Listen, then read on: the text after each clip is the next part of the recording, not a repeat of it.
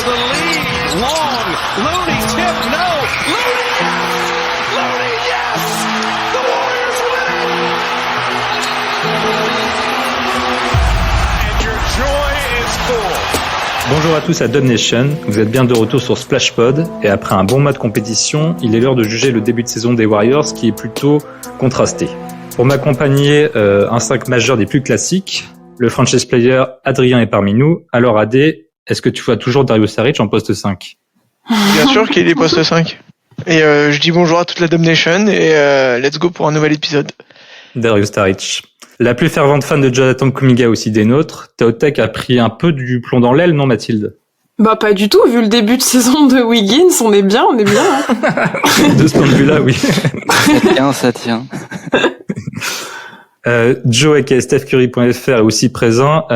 Dis-moi, t'en as pas marre, t'es passé à une main là ? Faut se focus un peu là. Alors déjà, c'est pas StephCurry.fr, c'est StephCurry-FR. Déjà. Ah, tiré pas. Le jour. Et bonjour à tous, à toute la Domination et à vous, mes chers compatriotes. Et enfin, l'apôtre de Chris Paul, Martin nous fait l'honneur de sa présence. Est-ce que tu as pu retrouver la maison de Scott Foster ? Salut tout le monde. Scott Foster, hein, j'ai envie de dire, on va pas trop s'attarder sur le sujet parce que c'est personnel, comme il dit. C'est personnel, c'est le terme, effectivement. Juste avant de passer à la suite, pour info, le podcast se diversifie puisqu'on a lancé notre newsletter il y a une semaine de ça. Tous les lundis, dans votre boîte mail ou sur le site Substack, on vous résume la semaine écoulée du côté de San Francisco. Au programme, un dossier particulier et le résumé des matchs de la semaine. Donc n'hésitez pas à vous abonner et à envoyer vos retours. C'est évidemment gratuit et pour exemple, on a pu s'interroger dernièrement sur la suspension de Draymond Green et classer les performances individuelles en établissant une tier list. On vous enverra le lien évidemment en description et sur nos réseaux sociaux. Sans plus attendre, plongeons-nous dans le premier bilan de cette saison 2023-2024 pour les Golden State Warriors. SplashPod saison 1, épisode 7. Let's go! You can feel in the Bay Area the energy, the love, the appreciation. Because when you think about it, from Stockton to the state's capital, from the East Bay to Monterey, from Marin County to San Jose, the city by the bay and the town, it's all Warriors ground. It's all Dub Nation. Lors de la saison précédente, les Warriors avaient 2 talons d'Achille accrochés comme des boulets. Leur bilan à l'extérieur et les minutes sans Steph. Cette saison, les Warriors ont toujours 2 fardeaux.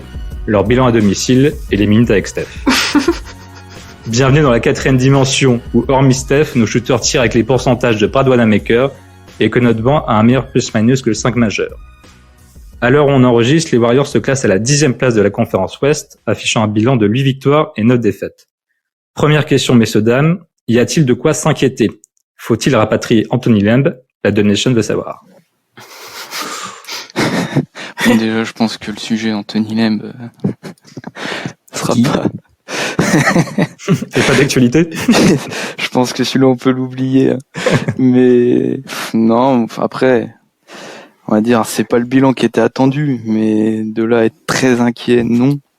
Il y a quelques inquiétudes qui persistent, mais pour l'instant, rien de très grave, j'ai envie de dire.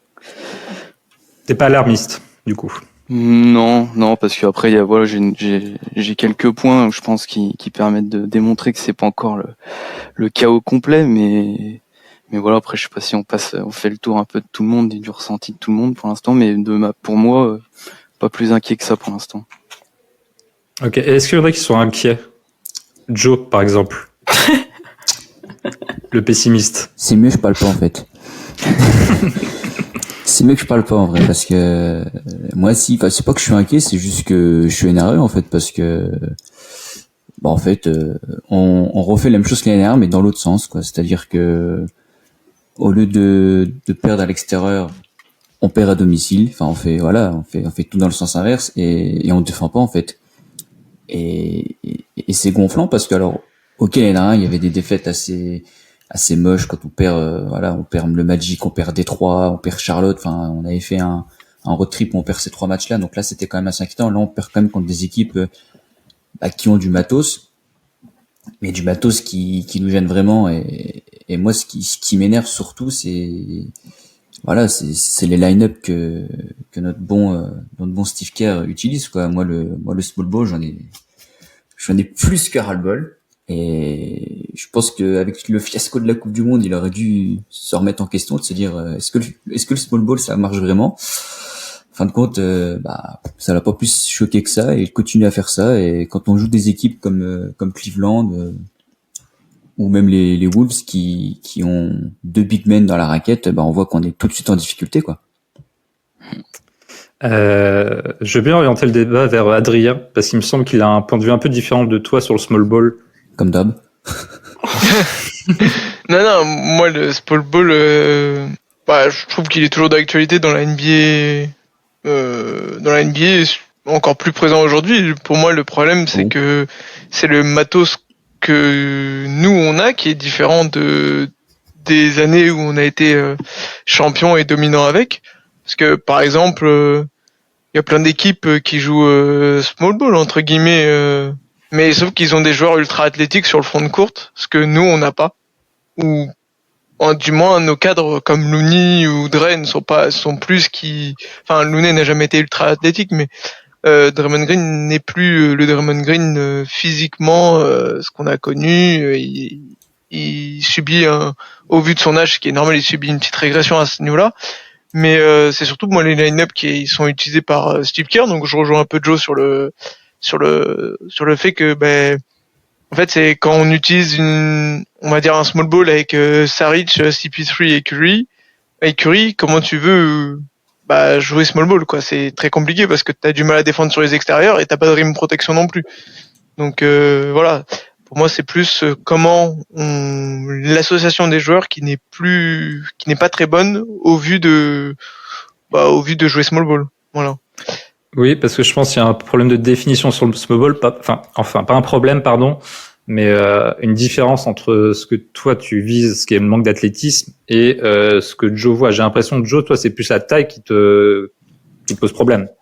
C'est la taille, parce que en fait, aujourd'hui, moi, je remarque, et là, et ça se vérifie même si tu regardes les derniers champions de ces dernières années, hormis nous, parce que moi, je le répète, ok, on est champion parce qu'on fait une grosse saison, n'était pas attendu, et on profite aussi du fait que Milwaukee, qui était quand même favori pour le back-to-back, a quand même bien le choc contre les Celtics, mais je pense que si on tapait Milwaukee en finale, je pense qu'on se faisait bousiller. Ça s'est pas fait, voilà, heureusement pour nous, mais si tu regardes les derniers champions, Bucks, voilà, il y a un géant. Les Lakers, il y avait Anthony Davis, l'année dernière, il y a Nikola Jokic. Donc moi j'ai l'impression que la NBA actuelle redevient un peu athlétique, mais athlétique différemment, c'est-à-dire qu'elle est différente dans le sens où avant c'était, voilà, tu prends les pivots d'antan, les Shaquille O'Neal, et tu vois les mecs vraiment puissants, là c'est vraiment des grands, mais des grands qui shootent, parce que aujourd'hui, tu vois, Brook Lopez est capable de shooter, Giannis, même si c'est pas son élément principal, il est capable d'en mettre quelques-uns. Karl Anthony Towns aujourd'hui, qui est d'ailleurs l'un des 2 joueurs en 50-40-90 pour un pivot, c'est quand même vachement fort. Et le problème, c'est que nous, ok, on a un big man qui n'est pas forcément un big parce qu'il fait que 2m8. Mais AD fait 2m8, hein. Ouais, mais Eddie, il est quand même assez corpulent, tu vois. Nous, on a quand même un mec petit, assez pas la petit même envergure. et très frêle. Enfin, frêle, je m'entends, frêle comparé à Eddie, c'est ça que je veux dire. Looney, je pense qu'il est plus large que AD, hein. C'est juste AD est 3 fois plus mobile et plus athlétique, hein. Et mais ce qui est surtout différent, c'est que Looney, ça shoot pas, quoi, en fait. C'est ça le problème.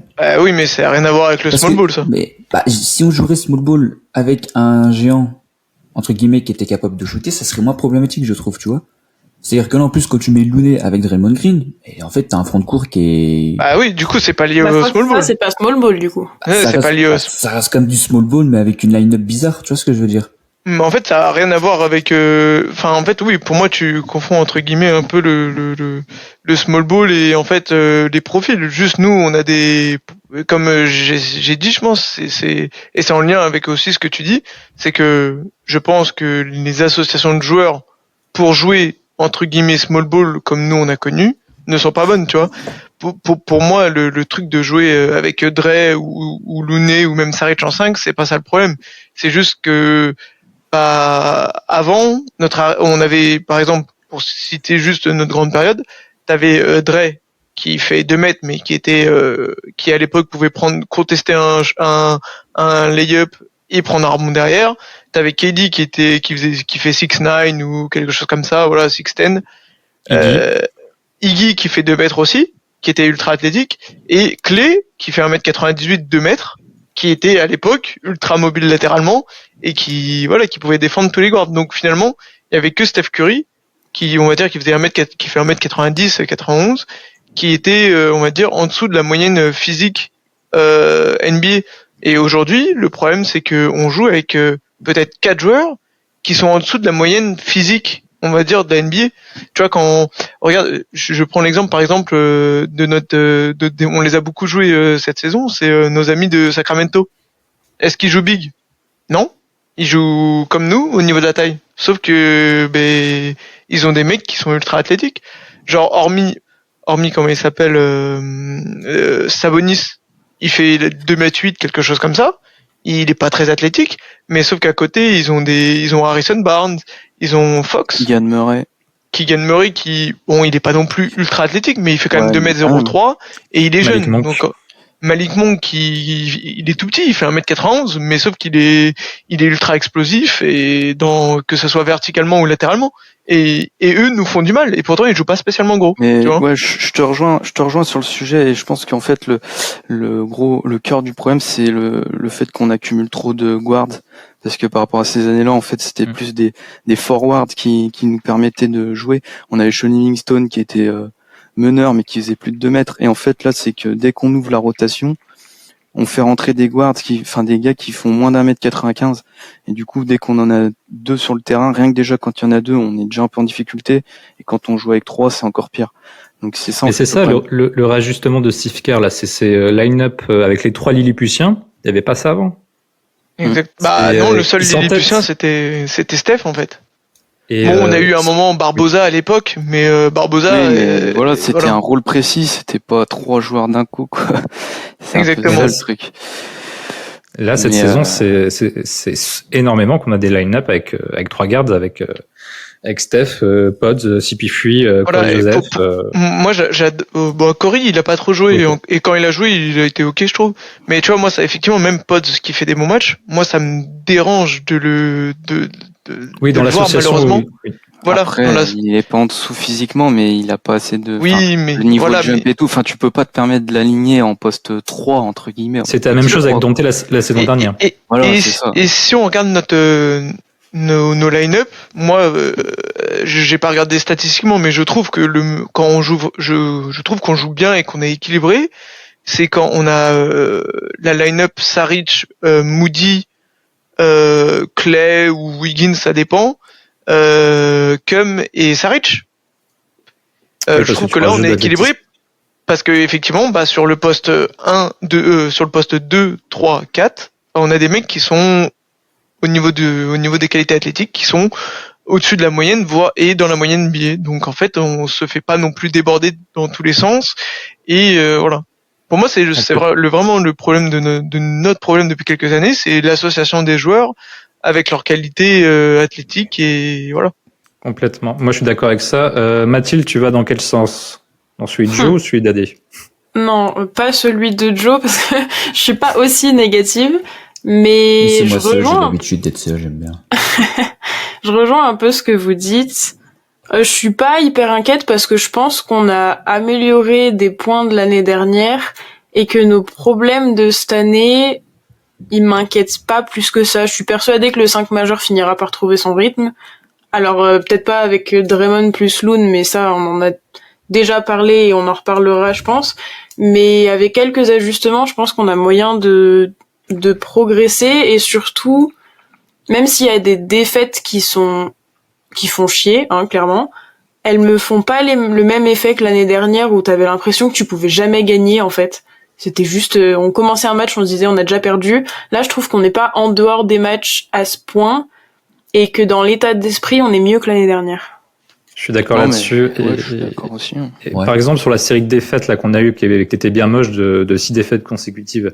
Pour moi, en vrai, c'est pas mal lié aux circonstances. Déjà, sur ces 6 défaites, on a joué 4 fois 2 équipes dont le profil est le pire pour nous. Ce que disait Joe, les Twin Towers des Wolves ou des Cavs. Et en plus de ça, le calendrier était vraiment hardcore. sur le début de saison. On jouait tous les deux jours. C'était le laps de temps de récupération était hyper court. Et puis en on plus, avait Draymond- des absents. Après, c'est les rythmes de la NBA aussi. Hein. Ah oui, C'est-à-dire, non, ça fait partie de la NBA, si aujourd'hui, effectivement, on n'est pas mais... capable- aujourd'hui, si on n'est Ah pas oui, capable mais- de jouer tous les 2 jours, on rideau et puis on tank. Hein. Oui, mais Oui, la saison, mais- 82 matchs, c'est pas joué tous les 2 jours. On a joué le plus de nombre de matchs dans la ligue depuis le début de la reprise. Et on a joué par exemple 3 matchs de plus que celui qu'on a joué moins. Tu vois, ça fait quand même une différence. Et puis il y a eu un moment là, du coup, avec le road trip, je crois, on a joué 6 ou 7 matchs de suite dans une ville différente, je crois. Ouais. Et ça coupe fait les beaucoup jambes, de oui. déplacements. Mm. Alors en plus à cette période-là, on n'était pas si en temps en difficulté que ça, mais peut-être que ça s'est répercuté un peu Ouais, enfin, après, sur les c'est- organismes. Mais bon, après on Après, était à c'est le début de domicile, saison, donc il y a les pas mecs trop ils sont de- encore, il y a ils pas sont encore trop- en forme. Hein. Si déjà, Non, mais Oui, non, clairement, Oui, il oui, mais- sur 2 semaines sur ce tu point-là, tires la langue, faut se poser les questions. Non, mais aussi, c'est hein. sûr. Non, mais t'as raison. L'aspect physique ne doit pas normalement rentrer en compte à ce moment-là. Non, de mais la saison. c'est juste que, voilà, parce que depuis tout à l'heure, je pars un peu négatif, ce qui peut être aussi vrai aussi, hein, attention. Hein. Mais c'est juste que moi, en fait, aujourd'hui, on s'est extasié sur le début de saison. Et j'étais le premier, certes aussi, on était tout content, mais là, à l'heure d'aujourd'hui, quand tu regardes notre série de défaites et que tu regardes notre série de victoires, ben, en fait, tu te rends compte que déjà, en plus, sur notre série de victoires, on a joué des adversaires qui n'étaient pas au complet. Il leur manquait des joueurs. Je crois qu'on a joué les Kings aussi, qui avaient joué sans De'Aaron Fox. On gagne Ouais, 2 une fois fois, les Kings, une fois avec De'Aaron Fox et une fois sans. Ouais, donc voilà. Après, on avait peut joué aussi dire que dans notre série de défaites, il nous manquait des joueurs aussi. Tu peux voir le Bien sûr verre à aussi. moitié plein Non, ou à mais- moitié vide, en fait. Bien sûr aussi. Après, faut voir aussi les joueurs que c'est. Je sais pas s'il y a un. Bah, Draymond, Non, mais Ouais, voilà. Draymond, ok, mais. Il nous a manqué Steph quel un peu Draymond aussi. Tu fais le point, j'ai Rêvé. regardé, enfin, Quel Draymond, il Draymond, rate quoi. 9 matchs. Peyton, il en rate 4. Curry, il en rate 2. Clay, il en rate 1. T'as joué que 5 matchs au complet, Ouais, si t'enlèves les exclusions, t'as joué que 5 matchs au complet sur les 17. Oui, non, mais Donc c'est à partir de ce moment-là, c'est Ça compliqué aussi, de clairement. trouver aussi le rythme, quoi. Mais Et après, Draymond, voilà, c'est pire tu- parce que, pardon, je finis juste sur Draymond et je te relance après Joe. Draymond, c'est pire. Il a joué 9 matchs et il y a 2 matchs où il est expulsé. Oui, voilà. On peut rappeler. Oui, oui, non, mais déjà, oui. voilà. On attend toujours que Draymond Déjà, joue, en c'est fait. que- C'est qu'on regarde Bon, déjà bravo sur, l'artiste. Exactement. regarde déjà sur nos défaites, il y a des circonstances où.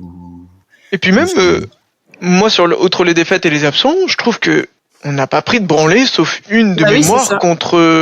Les Suns. Bah, non, on non, revient Non, sur c'est les pas, Suns. non, les Suns non, sont bien. Oklahoma. Ouais, ah oui, il y a les Suns. Bon, ok, Non, oui. Ouais, on a pris 128-109 contre OKC, donc Il y a pas les Cavs aussi où on prend un peu cher?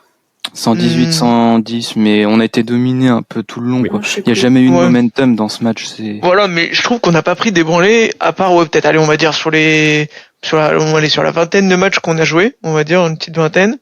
Bah, on va dire, il y a 4 matchs où on prend des branlées.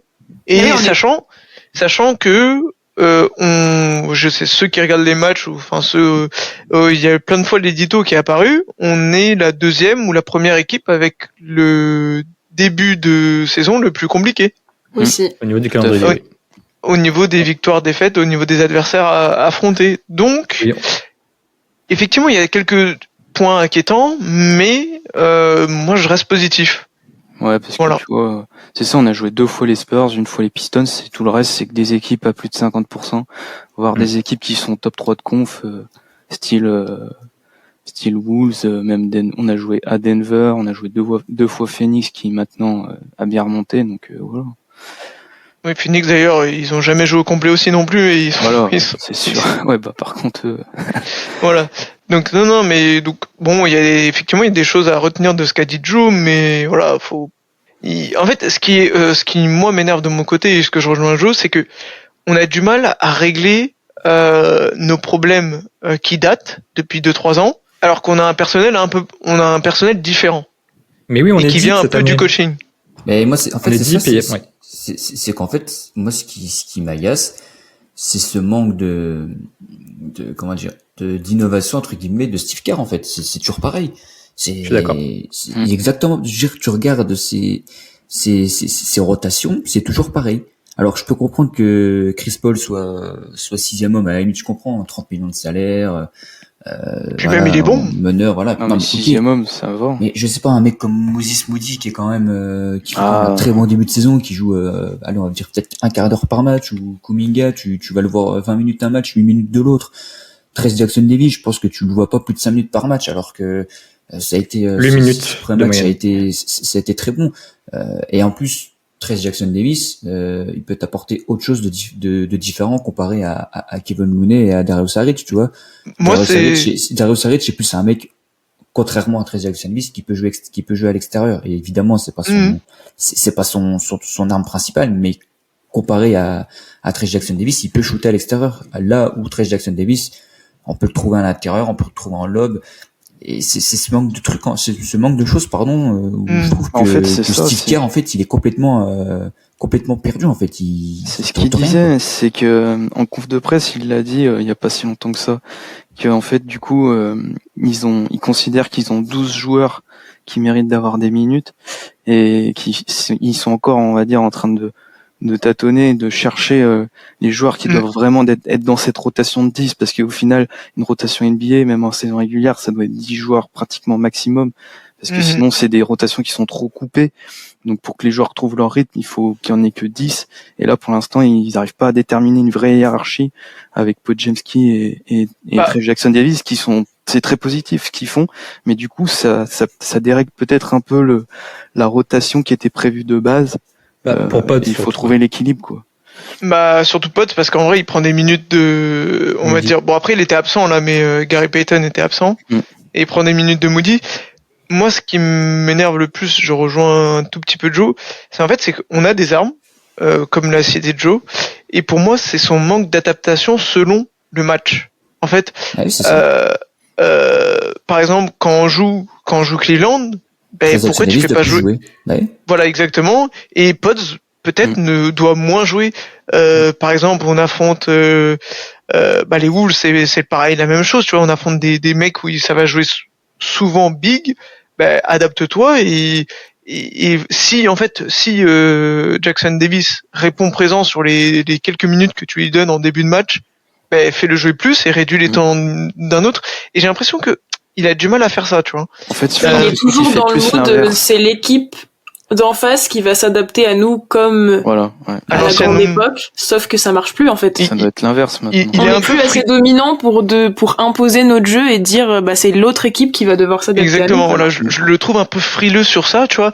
Par exemple, de mémoire, c'est le dernier match, si je dis pas de bêtises, où Moody est assez bon, j'ai trouvé.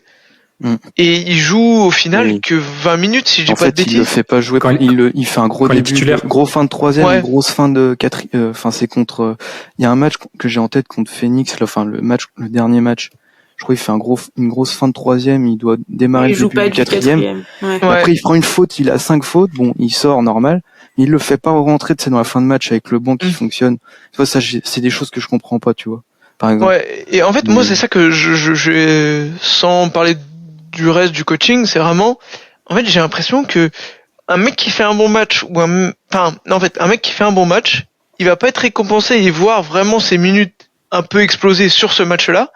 Et en revanche, certains joueurs, s'il faut pas leur bonne 5, 6, 7 premières minutes, ils se voient leur temps de jeu réduit, alors que des fois, il n'a pas fait un bon passage, mais on a quand même besoin de lui par ses qualités et sa dimension physique, tu vois. Non, mais tu peux dire les joueurs. Ça, ce cas-là, c'est pour Moody et Kuminga. Oui, Kuminga ou même Trayce Jackson-Davis. Bon, après, Trayce Jackson-Davis, c'est un rookie, donc je laisse le bénéfice du tout au coaching, mais... Et tu prends aussi à l'inverse un mec comme Klay Thompson ou Andrew Wiggins, quand ils font des matchs où ils lâchent des briques, non, Andrew a bien réduit. Andrew, il a été benché. Il y a des quatrièmes cartons où il a pas vu le terrain. Oui. Il a joué, j'ai vu 3 ou 4 matchs où il a joué 20 minutes. Il a joué 20 minutes. Il a été benché à la place de Kuminga dans le quatrième quart, mais un mec comme Klay Thompson, je veux bien que ce soit Klay Thompson qui soit 4 fois champion NBA, qui soit en fait, non, mais c'est, voilà, mais t'as besoin de l'espace, t'as besoin de la je suis d'accord. Ouais, mais pour Klay, tu vois, je suis d'accord avec Joe en disant qu'il y a des matchs où c'était, Moody était chaud, et même Pods était chaud, donc, regarde, tu prends le match des Suns, Steph Curry, il fait un 1 sur 8 à 3 points. Il est pas rentré à la fin. Alors, ok, il les a fait rentrer. Mais est-ce que c'est pas Steph qui s'est dit non, moi je veux pas rentrer, je veux laisser les jeunes. Ça se trouve Steve Kerr, il a peut-être envie de le faire rentrer, il a dit non. Et Non, mais si, Non, Il a essayé de les refaire rentrer, l'écart a regonflé direct, laisse tomber. donc, Il a remis les non, jeunes mais- direct. Ouais, Tu vois, je pense qu'il y a des fois, c'est pas parce que t'es un tel. Alors ok, il y a peut-être que pour Steph que tu peux pas faire ça parce que c'est Steph Curry, évidemment. C'est comme si les Lakers faisaient ça avec LeBron James aussi, tu vois. Mais un mec comme Klay Thompson, je suis désolé, quand tu vois que le mec il a des nuits difficiles et que dans le quatrième quart-temps t'as besoin du scoring, t'as besoin de scorer pour revenir. Et de défense aussi, parce et que de- bon, Clay n'est plus Oui, ce qu'il était en défense oui, non plus. mais après défensivement, Il est ok. cette saison, il est ok. Il a vrai de jouer. Il est peut-être meilleur défensivement. Enfin, dans sa période de disette, il était meilleur défensivement qu'offensivement. Donc voilà. Non, Mais- je partage. Mais quand t'as besoin de scoring et que tu vois que le mec il a chié tout le match littéralement, bah benche-le. Mais des mecs qui sont beaucoup plus chauds, même si c'est des jeunes. Au contraire, ça va déjà montrer à tes jeunes que t'as confiance en eux, que tu leur donnes en plus 10 minutes dans un temps dans un money time en plus, donc ça peut leur faire du bien. Et puis Klay Thompson, il peut se dire bah ouais, c'est un moment de me bouger le cul aussi, tu vois, parce que c'est à un moment donné, tu le laisses titulaire, tu le laisses jouer, et le mec il lâche des briques, le mec je sais pas si vraiment il va comprendre, même si c'est Klay Thompson qui a l'expérience. À un moment donné, il faut aussi que Steve Kerr montre que c'est lui le coach, quoi. Il faut qu'il pose ses En coups. fait, ouais, faut.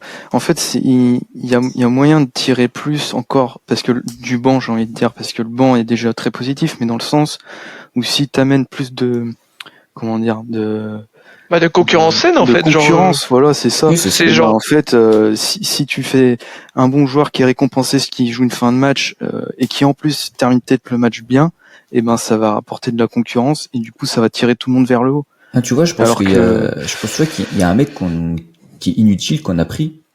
Et moi, je trouve que c'est Corey Joseph. C'est en vrai fait. Ouais, je trouve que Ouais. c'est. Alors, je m'explique. C'est pas qu'il est pas bon. Au contraire, moi, je trouve que de ce qu'il a fait, il a apporté ce qu'un 14e. Ce qu'on attendait de lui, devrait ouais. apporter. Oh, Mais moi, je trouve qu'en fait, un mec comme Corey Joseph, là, avec l'explosion de Pods, bah, il est inutile et j'aurais pris un big à sa place parce qu'en fait, quand tu regardes dans le front de cours, bah, c'est limité, quoi. Surtout que Garouba, le mec, on sait même pas ce qu'il vient, on sait même pas pourquoi on l'a pris, je joue même pas. Ça aurait pu être intéressant de le tester Après, parce que l'année dernière, les two-way, on les faisait jouer à chaque match. Là, aujourd'hui, cette saison, il n'y en a pas un qui joue. Alors que les mecs pourraient apporter. Après C'est le big c'est très Jackson Davis hein.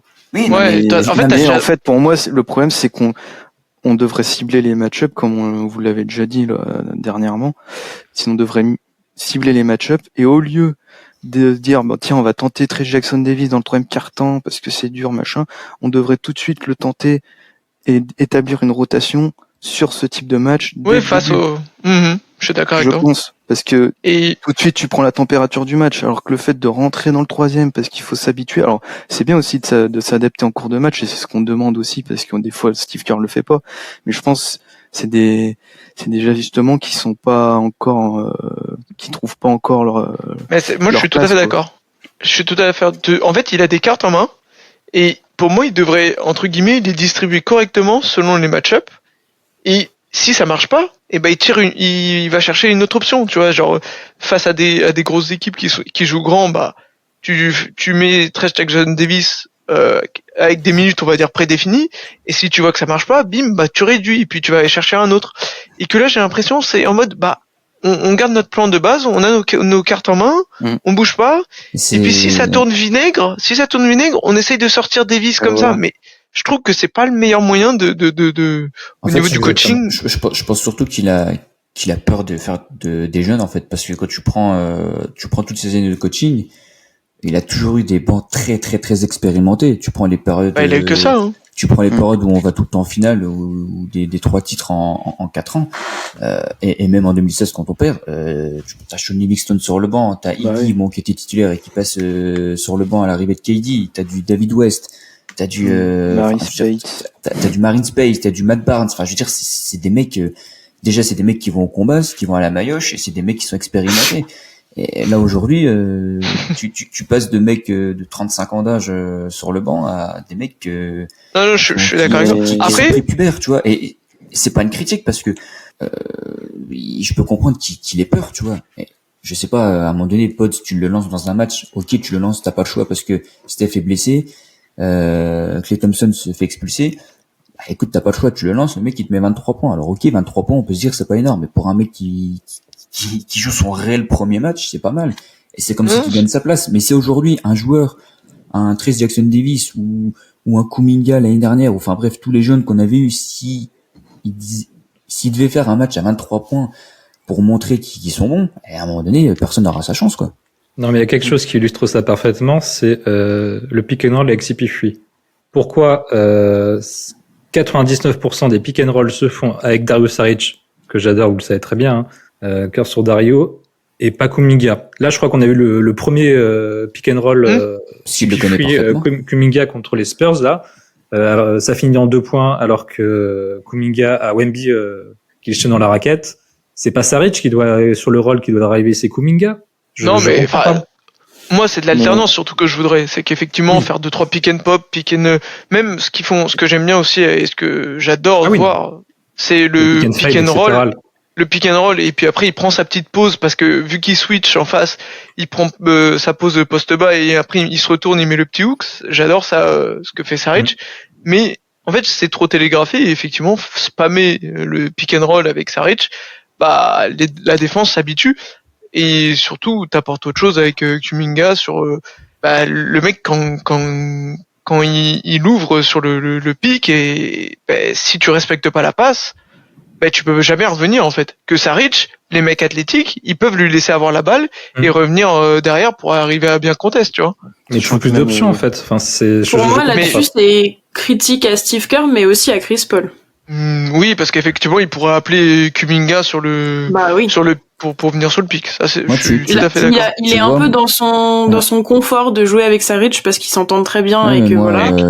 Non, mais j'avais dit que c'était important qu'il essaye de développer Kuminga et là-dessus on le voit pas du tout pour le moment. Ouais, mais c'est une consigne là, c'est obligé. Mais je pense surtout que Steve Kerr en fait il donne carte blanche aux vêtements. C'est-à-dire que ce soit Steph, Klay Thompson, Chris Paul. Draymond, je sais pas, c'est vraiment des cartes blanches parce que lui, voilà. C'est les cartes libres, lui, c'est plutôt. C'est carte blanche pour tabasser les adversaires, lui plutôt. C'est autre chose. Mais je pense que les mecs là, en fait, il leur fait rien faire. Enfin, c'est voilà, les gars, c'est. J'ai pas besoin de vous. Oui, ils ont à faire, voilà. Et ils ont le panel des systèmes et après c'est eux qui choisissent. Ouais. Voilà. Après c'est ce qui est dommage pour Chris Paul parce que au final le mec il va quand même d'arriver malgré que ce soit un mec expérimenté qui a joué énormément de matchs, qui a joué avec énormément de joueurs. Je pense que quand tu arrives dans une franchise, alors ok il s'est mis au diapason pour Steph, ce qui est logique aussi parce que c'est Steph Curry, c'est sa franchise. Mais quand t'as des mecs comme Kuminga qui attendent que ça, je pense que tu peux au moins essayer quoi. Et Steve Kerr peut lui dire aussi. Alors après peut-être qu'il lui a dit, qu'il va lui dire, j'en sais rien, mais là si on a eu qu'un pendant une quinzaine de matchs, c'est qu'il n'a pas dû lui dire grand chose. Il y a un sujet qui me dérange sur Chris Paul. C'est pas Chris Paul en lui-même, mais là tu vois sur les 17 matchs et on l'a déjà dit, les starters qui étaient absents, à chaque fois c'est Chris Paul qui rentre dedans. On avait discuté en preview, c'est ce qu'on voulait, mais là on se rend compte très vite qu'au final c'est pas ce qui est bon pour l'équipe. S'il y a un starter qui est absent, vaut mieux faire rentrer un Moody ou un joueur qui rentre direct dans un moule et garder Chris Paul toujours dans ce rôle de sortie de banc et c'est lui qui va canaliser la sortie de banc. Il sert à rien avec les titulaires. Hein. Il sert à rien en titulaire. Non, mais avec Steph et CP3, c'est une catastrophe défensivement. C'est inutile. Parce que en attaque, moi je trouve c'est correct, mais c'est vrai que on l'a évoqué au début. Voilà, en attaque c'est correct, mais le problème c'est derrière, c'est la défense comme on l'a cité au début du podcast. Et puis, je veux dire, voilà, on parle de la connexion avec Kuminga, même si en étant titulaire, il split les rotations pour qu'il joue quand même pas mal avec les joueurs qui sortent du banc. Au final, tu construis pas une alchimie comme ça. On va dire, pour moi, Chris Paul, il devrait être sorti de banc tous les matchs, peu importe quel starter est pas là, et au moins on aura un meilleur équilibre. Et là dernièrement, il en a testé d'autres quand même en starter. Oui, Moody et Kuminga, effectivement, on l'a vu sur deux. Et d'ailleurs, je trouve et Saric une fois, je trouve essentiel Chris Paul sur le banc. J'ai rien à dire. Je trouve que quand il est tout seul sur le terrain entre guillemets, si t'enlèves nos quatre stars, enfin nos 3 stars qui sont Curry, Clay et Dre, je le trouve vraiment incroyable. Que ce soit défensivement, il se fait cibler, mais je l'ai vu tellement de fois jouer avec sa malice et finalement il défend correctement. Enfin, il est pas si négatif, poids, exactement. Voilà. Ouais. Genre par exemple mismatch sur Chet Holmgren, il lui a mis 2 stops. l'autre jour. Non, mais c'est oui. vrai, hein. C'est vrai, il lui met les 2 stops parce que il tient un peu le fait qu'il pousse et puis il joue sur effectivement le fait que il essaye de tenter l'interception ou il joue avec son centre de gravité bas et ou même sur des rebonds défensifs où on perd le rebond, hop, il est juste à côté, il met la petite patoune pour l'interception. Donc, non, mais l'intégration est parfaite de CP3 pour l'instant. voilà.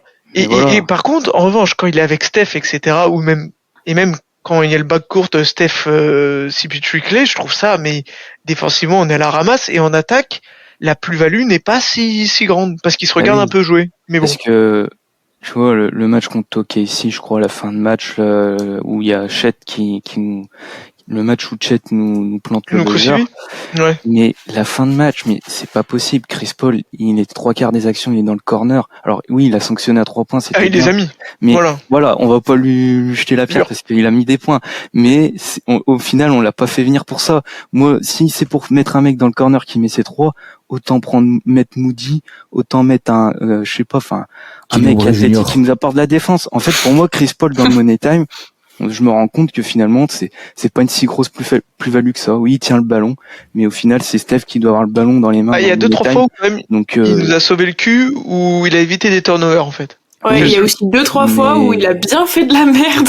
franchement, moi, je trouve que la plus-value est pas si énorme non. que ça Bah, la pour plus- jouer en en fait, Money Time. Donc, La pour moi, c'est un plus-value est énorme sur problème. en fait fin du 3e et début du 4e. Voilà, très bien. Ouais. Très bien. plus-value Pour est énorme parce limiter qu'en les fait- temps faibles, c'est très bien. Exactement. Disons qu'au Exactement. final, quand il est aligné avec Steph, il n'y a pas vraiment de plus-value parce qu'il y a Steph en fait.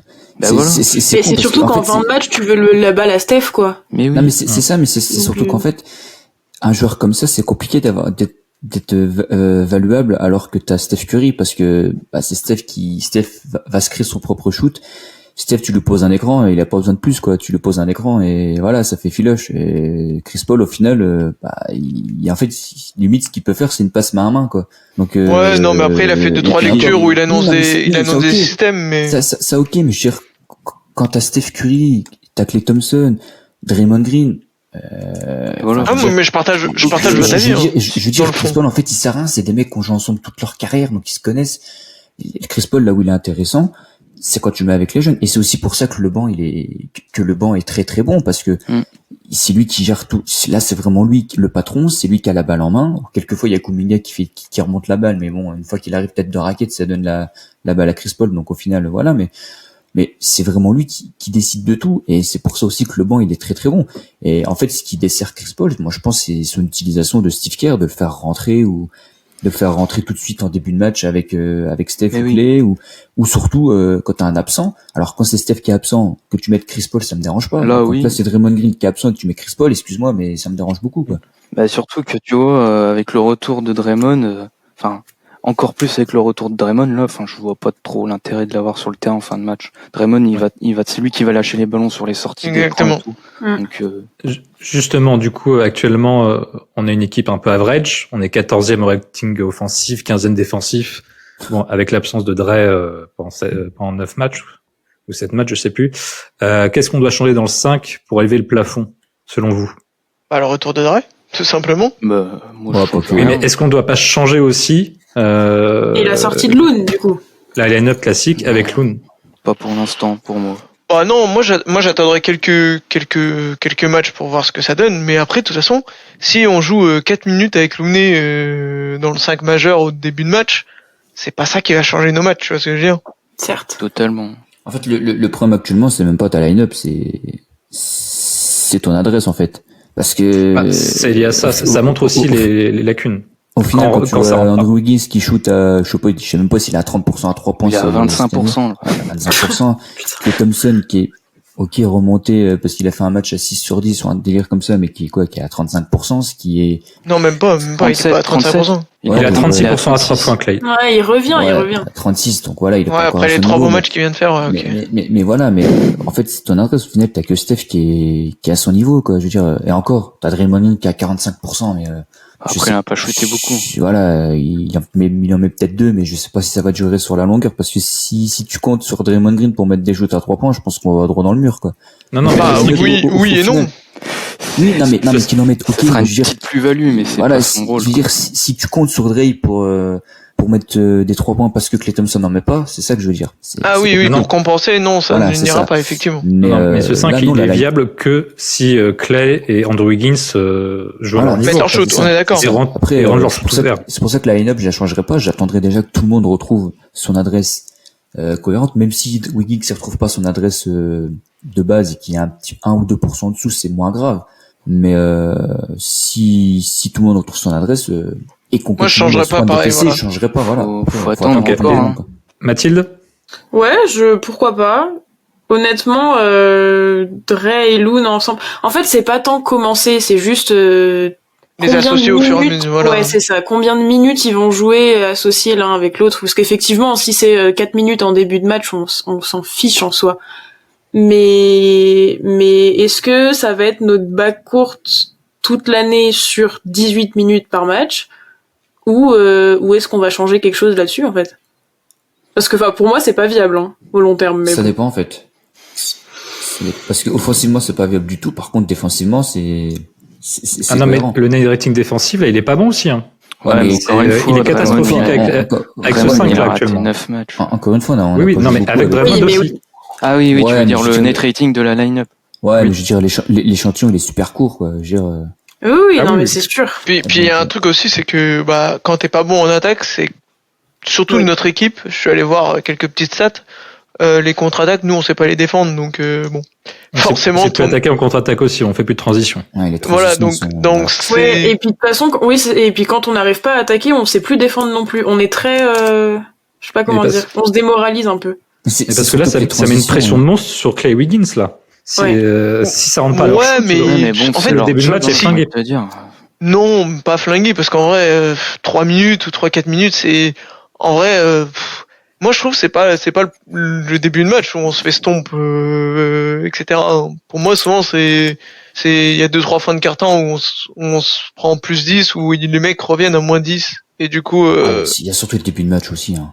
Il y a des débuts Ouais, de match où mais- tu te prends un petit run, des fois t'es mené de 10 points comme ça, alors que, enfin, je sais que c'est le début de match que voilà, on est des diesels, on a besoin de chauffer, mais si tu commences tous tes matchs à moins 10, c'est pour ça que derrière t'es obligé de cravacher, que tu t'es cuit dans le 4e quoi. mais bon, moi voilà, pour l'instant, j'attendrai le retour de Dre, et puis après, effectivement, si on voit que c'est compliqué, pourquoi pas mettre Saric à la place de Loon, tu vois? Ok. Pour moi, ça va dépendre de quel Dre vient. Enfin, parce que le Dre de début de saison, il est intéressant, hein, quand même. Ah bah, Quand il joue, oui. Quand il joue très peu, mais quand il est là, même offensivement, en fait, il a Il a été. mis ses shoots. Ouais. Il a mis Je ses pense shoots et que- de manière générale, il regardait plus le cercle quand même. Oui. Du coup, On a ce besoin de sa Dre-là, qualité. ça peut encore fonctionner avec Loon. Ah, mais c'est Peut-être, un peu. c'est plus défensivement qu'on attend lui. Mais défensivement, ouais, il était pas au top. Après, il avait pas fait de training camp non plus, donc en fait, il a pas joué au basket depuis avril. Mais je pense qu'en fait, on en revient toujours au même, c'est que bon, Draymond, voilà, il est détestable sur l'aspect mental, mais c'est le deuxième meilleur joueur de l'équipe. C'est en fait, Steph est tellement important sur tous les aspects. Enfin voilà, on va pas représenter Steph, mais Draymond, c'est le deuxième joueur le plus Ouais. important de l'équipe. C'est peut-être pas le deuxième meilleur, mais le plus important. Bah, c'est le S'il plus est pas important. là, c'est la Deuxième pierre plus important angulaire dans le de la système, défense. ça, c'est sûr. C'est celui qui fait les connexions, c'est voilà. Et je pense que on verra ce que ça donne sur les 5-10 prochains matchs, mais tant qu'on n'a pas vu l'équipe au complet, on peut pas vraiment, pour moi, on peut pas vraiment juger à 100%, quoi. Ok, d'accord.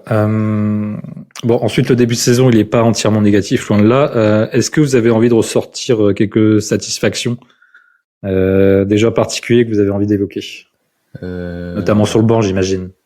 Non, même pas sur le banc. Je trouve que comparé à l'année dernière, je trouve qu'on est moins une équipe qui shoot. C'est-à-dire que l'année dernière, on forçait à 3 points, on faisait que ça. Cette année, il y a beaucoup plus de pénétration et à l'image de Steph qui prend beaucoup de shoots à 2 points en tête de raquette. Et ça, je trouve que c'est une arme qu'il utilise rarement parce qu'il est tellement létal quand il pull up comme ça en tête de raquette. C'est franchement, je trouve que, enfin, je l'ai rarement vu rater cette saison. Et ça l'image en fait de toute l'équipe parce qu'on va chercher beaucoup de points à l'intérieur. Et vraiment les shoots à 3 points qu'on prend, c'est des bons shoots quoi. Je veux dire, c'est des shoots qui sont presque ouverts pour certains. C'est pas des shoots casquettes, bon à part Klay Thompson quand il veut forcer, voilà. Mais Bah, je le trouve mieux là-dessus, Clay aussi, non? Sa sélection de shoot est vachement meilleure que l'année dernière. Sur le début de saison, Même son début de saison où il briquait de fou, il jouait plus dans le sens du jeu quand même. Oui. Là, il s'est fait remettre à l'amende par Steve Kerr. Là, non, mais ça lui arrive encore, hein, mais. Ils ont évoqué avec Steve Kerr le fait passe la balle quand tu dribbles tout seul des fois et quand tu essaies de créer ton shoot.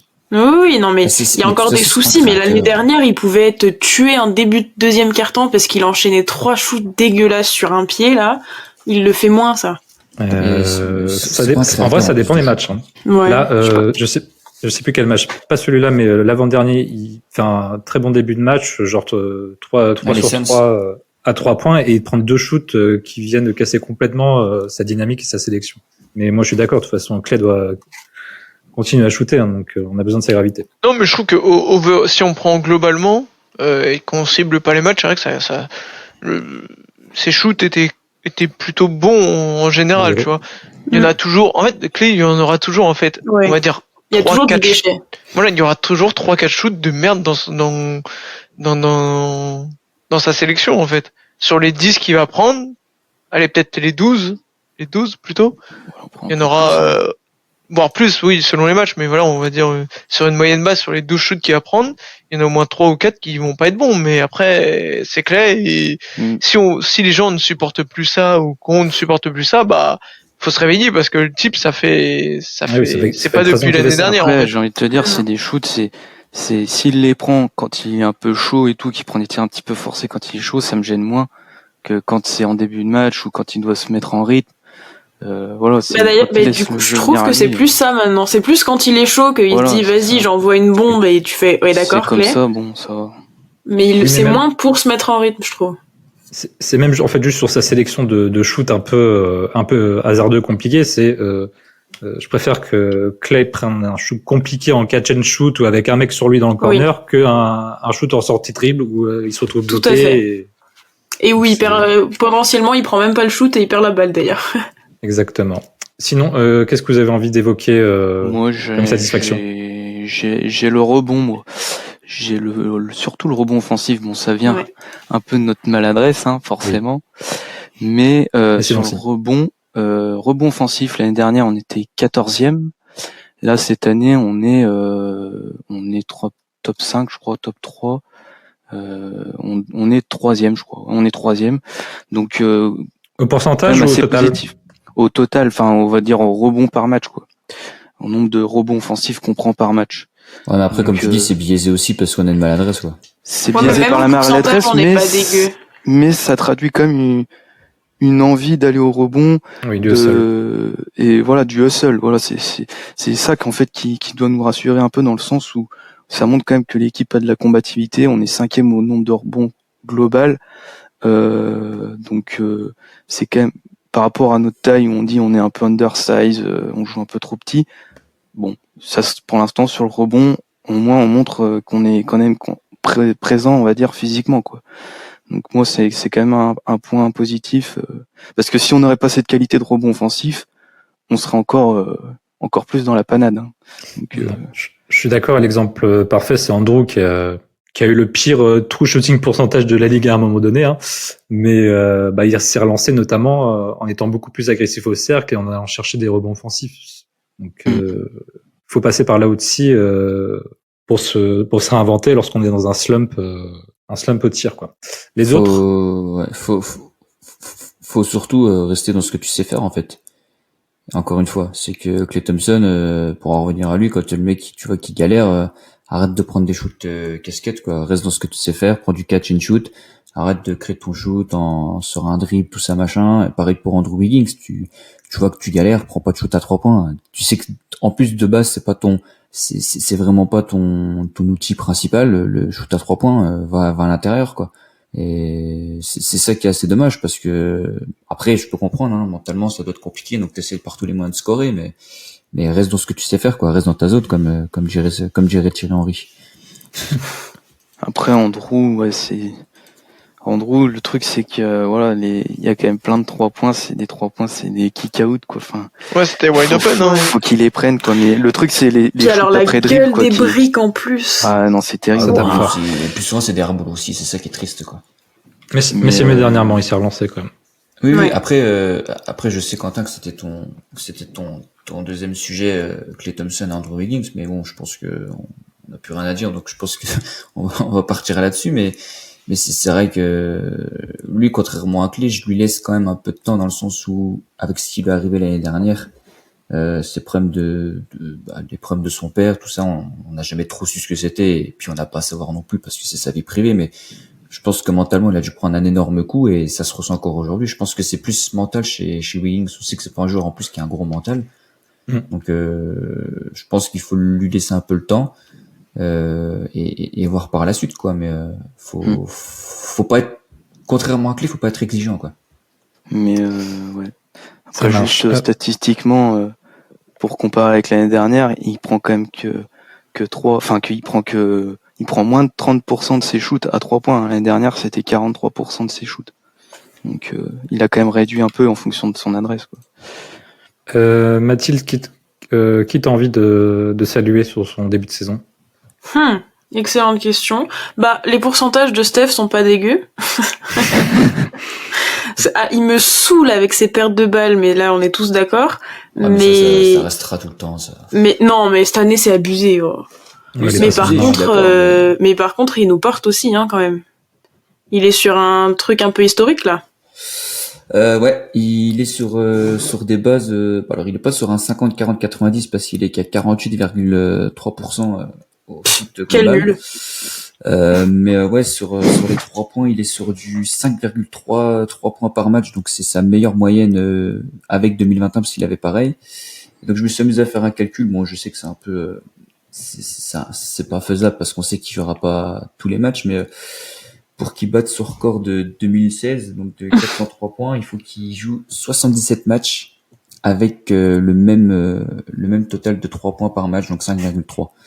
Voilà, donc c'était juste une petite aparté pour dire que voilà, il est sur une saison encore au record, hein, donc on verra si ça suit, mais ce qui est problématique, c'est que le jour où le mec il est dans un slump, faudrait quand même un mec derrière qui puisse scorer, quoi. Puis c'est même pas le slump qui m'inquiète, c'est si jamais il rate 10 matchs. Oui, ou il se blesse, oui, C'est aussi, surtout oui. ça. Non, mais parce que le slump, il l'aura aussi, t'es un shooter, tu vas l'avoir. Après, contre Phoenix, il a su rebondir, mais il l'aura, de toute façon. Il se blessera aussi, ça, c'est sûr. Ok, très bien. Juste pour sortir du cadre basketball pur, l'actualité des Warriors sur le début de saison s'est pas mal centrée sur Draymond Green et son agression sur son BFF Rudy Gobert. Qu'est-ce que vous pensez de ça? La machine médiatique s'est trop enflammée sur le bon vieux Dre, ou il faut peut-être qu'il travaille un petit peu sur son rapport à la violence? Draymond Green est un trou du cul. Mais un bon trou du cul. Un bon gros trou de balle comme on en fait peu, si vous voulez mon avis. Non, moi je trouve que surtout dans les médias français, franchement, j'ai vu beaucoup de guignols en fait. Oui, Et non, mais même il fallait le pendre sur la place publique, hein, avec eux. Voilà, donc j'ai vu beaucoup de guignols parce qu'en fait ces gens-là parlent sans se renseigner, en disant tout et n'importe quoi pour faire peut-être du like ou j'en sais rien, ou pour faire plaisir aux gens qui les suivent. Mais la sanction de Drake qui a été donnée par la NBA, c'est tout à fait classique. Il a même pris 2 matchs de plus que les autres. Parce que c'est car parce que c'est vrai. Parce que l'année dernière, Killian Hayes et son ami exactement, ils se sont envoyés des droites. Il y a même eu des mecs qui ont été poussés dans les gradins et tout. Ils ont pris 3 matchs. Il y a quelques années, Ibaka avait mis une droite à Marquis Chris, il avait pris 3 matchs. Enfin bref, voilà, plein d'exemples comme ça. Rondo, Chris Paul, il y avait eu combien d'ailleurs aussi à ça? Ouais, il y avait je suis pas remonté aussi loin. Il doit avoir 2 ou 3 matchs, mais pas plus, non. Voilà, bref. Rajon Rondo, c'était quand même aussi. Voilà, enfin bref. Donc si on se place d'un point de vue NBA, il a eu la sanction adéquate. Voilà. Après, si on veut faire les philosophes, etc., et parler un peu autre du geste, effectivement, c'est pas un geste qu'on a envie de voir sur un terrain de basket. Il aurait pu juste effectivement pousser de façon virulente Rudy Gobert. Il n'y a pas besoin de l'étrangler. Enfin, de le tirer. Stupide, hein. Voilà, de le tirer comme ça. Après, on peut dire oui, il pourrait prendre plus, certes, mais du coup, il faudrait que la NBA sanctionne plus et plus tout le monde. Donc, moi, je serais d'avis de dire ouais, faut faut foutre 10 matchs à ces gestes-là. Mais comme c'est pas le cas, bah voilà, il y a pas vraiment de débat en fait à avoir. Finalement. C'est-à-dire, en plus, il n'y a pas de répercussions dramatiques sur la saison Oui. des Wolves ou sur le physique de Rudy. Exactement. Moi, je trouve que quand Nikola Jokic, il démolit Marcus Morris, il y a personne il y a tout le monde qui dit limite bien joué Nicolas. Oui, parce que c'est les Morris. Oui, parce que c'est les Morris. Marcus Morris, quoi. Et le mec, Ouais, il a pas joué pendant 4 mois. Marcus Morris n'a pas joué depuis. Hein, Voilà, pendant 4 mois, il a pas joué, le gars. Donc. Non, mais voilà, oui, moi, après, de toute façon, le geste, il est horrible, mais voilà, 5 matchs, terminé. En fait, Je c'est suis d'accord. surtout le côté, on aurait dit un ado, il a vu que ça se battait, il s'est dit, oh, trop chouette, je vais pouvoir m'en prendre un Rudy Gobert, quoi. C'est un peu ça. C'est vraiment un gamin là-dessus. Parce que, ok, Rudy, il s'en prend à Clem, enfin, c'est quand même pas non plus d'une oui, il violence, le fait de. voilà. Non, mais voilà, et surtout, ça se voit Et qu'il il le a fait vu ça, pour calmer. et Draymond, après ce qu'il dit, oui, mais je défendrai toujours mon frère, je sais pas quoi. Quand ça fait 10 secondes que t'as ton bras autour du cou, tu penses pas à Clay, là. Tu penses juste que t'as Rudy Gobert entre les mains et que tu te fais plaisir, quoi. Faut pas oublier aussi que Rudy Gobert, il fait quand même 3 têtes de plus que Klay Thompson. Donc forcément, quand il l'enroule, c'est vrai, ils arrivent au niveau de sa... Mais oui, mais il y a rien. Alors Donc, y a rien. la photo, Non, mais elle oui, fait, tu te dis, ouh là là, il a fait pareil. Mais quand tu regardes la vidéo, il y a rien du tout. Non, mais voilà. Mais bref, les gens qui ont, je trouve, on en font des caisses pour ces genres d'actions. Ah Ils oui. sont chez Bein Sport et ils veulent leur interview avec Rudy, c'est pour ça. Voilà, enfin oui, sûrement, j'en sais rien, Non, mais après, voilà. Après, tu vois, je peux comprendre les médias français parce que c'est un Français qui est agressé. Oui. Voilà, Oui, voilà. c'est comme Wemby, tu vois, Wemby, tu prends des médias français qui pour moi en font énormément de trop. Ouais, Le mec mais- qui met un dunk, ça y est, tout le monde s'enflamme. Oui, c'est beau, c'est Wemby, c'est machin. Rudy, il a foutu une patate à son équipier, c'est pas autant monter au créneau. Non. Ah bah non, ils en ont pas L'image, parlé, elle au est contraire. terrible aussi, hein. Ils en ont parlé 2 secondes. Oh, Rudy a fait ci. C'est vrai qu'il y a des mecs, quoi. il y a des mecs qui ont dit ouais, fallait qu'ils prennent 20 matchs. Ils ont oublié que voilà, bon, Rudy Gobert a foutu une droite à machin, il a rien eu, ça s'est fait en interne. Ou même quand Dre avait frappé Poole, il y en a qui étaient complètement en dire ouais, c'est fou, faudrait qu'il joue pas de l'année, etc. Je rappelle juste comme ça, Bobby Portis a cassé la mâchoire de Mirotic aux Bulls. Mais oui. À noter que c'est Mirotic qui s'est fait trade après. Hein. Voilà. Et pendant 20 matchs, il a pas joué Mirotic parce qu'il s'était fait péter la mâchoire ou 10 ou une connerie comme ça. Donc bon. Non mais On a non tout mais le notre temps, voilà. les mecs là sont des réserves parce que c'est à dire que si tu demandes une expulsion à toute la saison à Draymond Green, tu Il y a demandes plus de combien limite. pour Non, mais voilà, c'était non, mais- pour montrer non, mais les extrêmes, mais Mais ce que voilà. je veux dire, c'est que tu demandes combien pour Miles Bridges ou Ja Morant par exemple, tu vois, parce que Oui, bon des après trucs, Jamorant, il s'est juste montré avec des guns. Ce qui Ouais, est... et l'autre, c'est pas une question de match, c'est une question de tôle, hein, si je peux me permettre. oui, mais non, bon, mais ouais. c'est pour dans ça, la c'est partie que à un moment donné, épineuse. c'est Donc voilà, je trouve que overall, ça a fait beaucoup de bruit pour ce que c'est, pour conclure. Oui, en fait, on peut dire les deux. Il a été très stupide et le geste est pourri, et on en fait trop. Exactement. Et ben, parfait pour conclure le débat, Mathilde.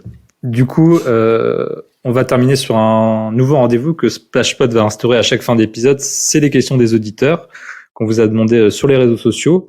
Alors, pour commencer, Clément, qu'on salue, nous demande quelle est notre plus grosse déception de la saison pour l'instant. Clay, l'irrégularité de Kuminga ou Wiggins? Steve Bah, Kerr. Wiggins. Andrew Wiggins. Qui c'est qui a dit Steve Kerr? J'ai pas entendu. C'est moi, c'est Joe. C'est le Ok. Joe.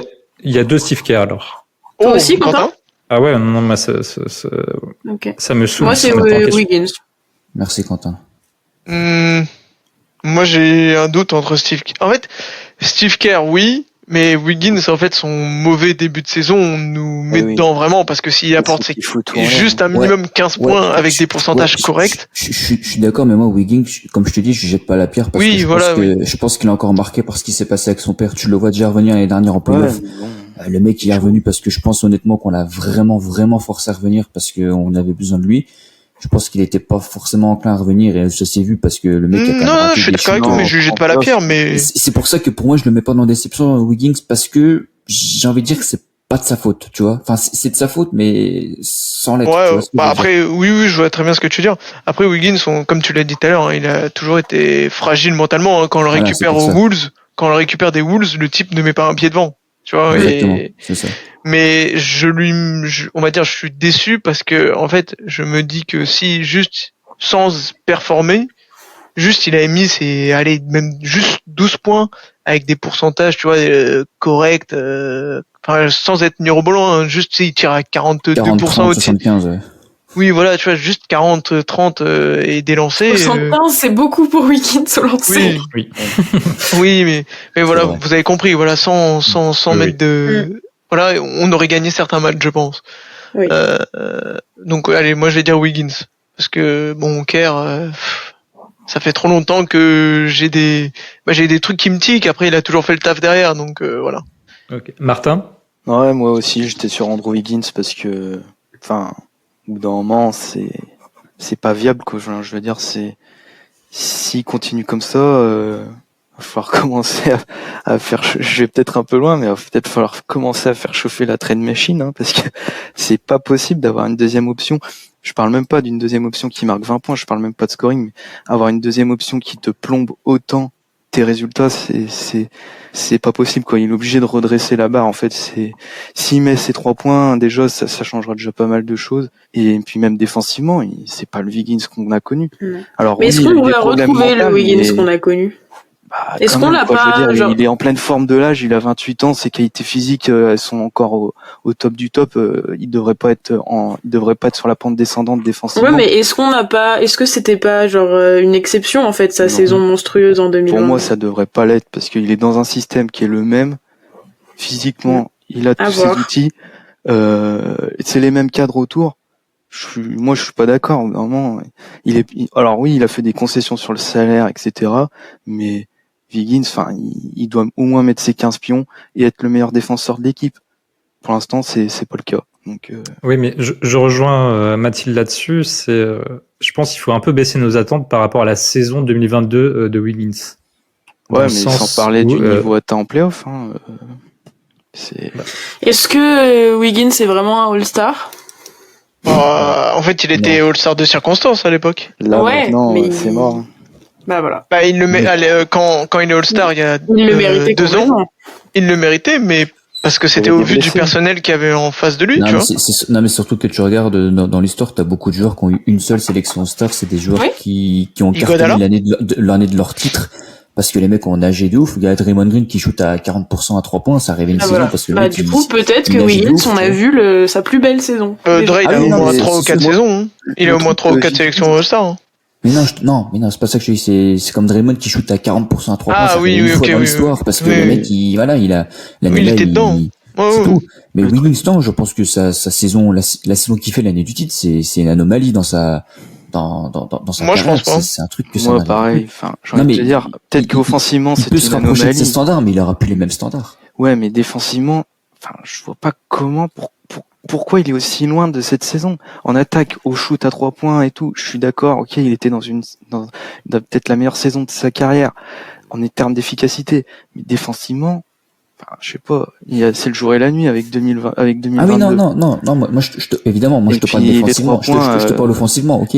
Défensivement, oui, défensivement, je pense qu'on peut retrouver le Wiggins qu'il y avait avant, ça c'est Voilà. indéniable.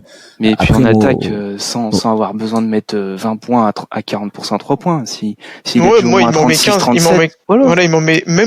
Il m'en met 15 à 35 et il shoot à 47% overall sur ses shoots. Ça me va très bien. Mais ce Parce que je que- veux dire, c'est que Wiggins a toujours été un joueur qui était capable de scorer, même à Minnesota, c'est un mec qui scorait aisément 20 points, voire même des fois 25 points. Mais je veux dire, c'est quand même un mec qui a un record en carrière à quoi, il est à peine à 40 points, je crois, ce qui est pas non plus pour Ouais, mais il a numéro toujours un mis- draft, ouais. c'est pas énorme. Ouais, mais Mais, sauf qu'il a toujours mis 20 points dans sa carrière. Voilà, c'est ce que j'ai, il a toujours mis 20 points de sa carrière. Maintenant, Il a le 12 ans. Wiggins, l'Andrew Wiggins qu'on a eu l'année du titre avec des pourcentages de ouf, ça on l'aura plus. Mais il est capable de rescorer pareil, mais avec un plus gros volume. Mais plus gros volume, ça voudrait dire que il prend des shoots à Steph ou à Klay Thompson, quoi, tu vois. Donc, 21-22, là, il est à quoi? 17 points, 39% 3 points, 47% au tir. c'est C'est presque c'est pas la mer à boire, 17 points par match. Non, mais oui, non, mais c'est pas la mer à boire. Mais là, si tu veux revoir Wiggins à 17 points de moyenne, moi, je pense que il aura besoin de beaucoup plus de tirs pour y arriver. Il sera pas aussi létal qu'il l'était avant. Enfin, et moi, l'année du titre, il y a même des moments où, quand le mec, il shoot à 3 points, j'étais confiant, quoi. Je savais que ça rentrerait. Ah bah, le mec, oui. il était Ah bah, c'est létal sûr. de ouf, quoi. Là, maintenant, je le vois shooter à 3 points, putain, je ferme les yeux, quoi. Je me dis, Inch'Allah, ça rentre, quoi. Mais sauf que ça rentre pas, quoi. Et même les playoffs 2021-22, il a 16 points, 33% à 3 points. Tu vois. Enfin, j'ai envie de te dire, même sans parler des stats, en fait, c'est dans l'impression globale que... Oui, dans l'impression globale, moi, pour moi, il a pas, comme t'as dit Joe, il a pas la tête, Il est pas dedans. Mais tu le vois, il sourit même plus. Il rigole plus, il sourit plus. Enfin, sauf sur le game winner. Ouais, c'est ce que je veux dire, le genre de game winner. Un faux game winner. Il esquisse un petit rictus, mais tu sens que c'est forcé parce que le mec, tu vois, c'est pas qu'il a pas envie d'être là, il a pas envie d'être ce parquet parce que je pense qu'il est pas bien, en fait. C'est tout. C'est comme ça, mais... Bon, Mathilde, il est l'heure de trancher, du coup. Qui nous a le plus déçus? C'est toi qui as la décision, si Wiggins ou c'est Steve Kerr? Ah, moi, j'ai dit Wiggins dès le début. Ok. Répondu pour moi, Wiggins. c'est trop tôt pour Steve Kerr encore, dans la saison. Je suis toujours dans l'équipe D'accord. de loser. Autre question, du coup. Autre question. Non, c'est même pas une question. C'est une affirmation de Map25. C'est pas une question. Je le cite du coup. C'est pas une question, mais Dario, quel plaisir. Alors moi, je vais aller plus loin encore. Est-ce qu'on n'aurait pas un des meilleurs contrats de la ligue en fait? Au minimum. Non, le meilleur contrat de la ligue, c'est Kevin Looney. Bien sûr. Contrat. Non, il remplit les attentes et il fait même un peu plus sur certains matchs. Donc, en vrai, j'ai même pas envie de m'étendre. Je dis chapeau l'artiste et continue, chef. Hein. Parfait. Ouais. On enchaîne avec Gillian Félix qui s'interroge, lui. Ça revient un peu sur ce qu'on disait avec Wiggins juste avant. Est-ce qu'on doit faire des ajustements, avant la deadline ou on doit attendre un réveil du 5? Non, on va attendre un réveil quand même. Est-ce qu'il y a cette menace? La deadline, elle est loin quand même aussi. Hein.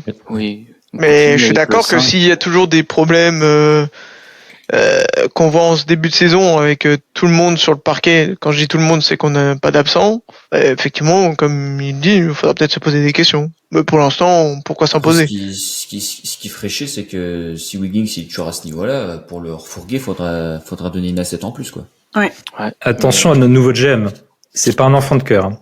Ouais, lui, s'il faut faire un bouton reset, il le fait le fumier, là, hein, putain. Non, pas en reset, mais Kuminga Wiggins, ça va être des assets si ça Si pour aller chercher un Siakam, je prends. Hein. Siakam, Markkanen, on a déjà parlé de ses cibles, mais attention. Markkanen, pourquoi pas. Pour terminer, il y a un anonyme qui se prénomme Joe, qui aimerait, je le cite toujours, virer Adrien et Cassenoise. Est-ce que vous avez une réaction là-dessus? Non, mais je pense que cet énergumène ne mérite pas de parler, quoi. Franchement, faut les virer, les gens comme ça. Ce hater, de toute façon, je lui ai donné mon adresse, on va se rencontrer bientôt. Voilà. On va même partager une chambre ensemble, en plus. Eh oui. Ça restera entre vous, ça, par contre. Bon, on pourra le mettre sur les réseaux. Hein. Nous, on il y aura des témoins. Bon, on va finir là-dessus. Ce sera tout pour cet épisode de Splash Pod. N'hésitez pas à commenter les différents sujets qu'on a évoqués aujourd'hui, si vous êtes en accord ou pas avec nous, et de vous abonner à la newsletter qui sort tous les lundis. On se donne rendez-vous avant Noël, je pense, pour le podcast. Est-ce que vous avez un mot de la fin, l'équipe? Merci. Et puis, let's go. Et puis, on espère que les prochains matchs qui vont être pas faciles vont être de bon augure pour une saison réussie. Parce que là, ça va être un peu le tournant. Est-ce que dans le prochain podcast, on aura un bilan meilleur? Oui, Inch'Allah.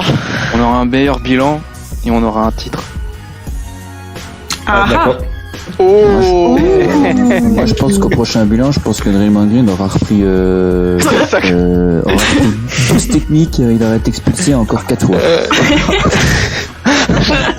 Du moment qu'il prend pas 20 piges, comme dirait Fouini Babe, ça me va, moi.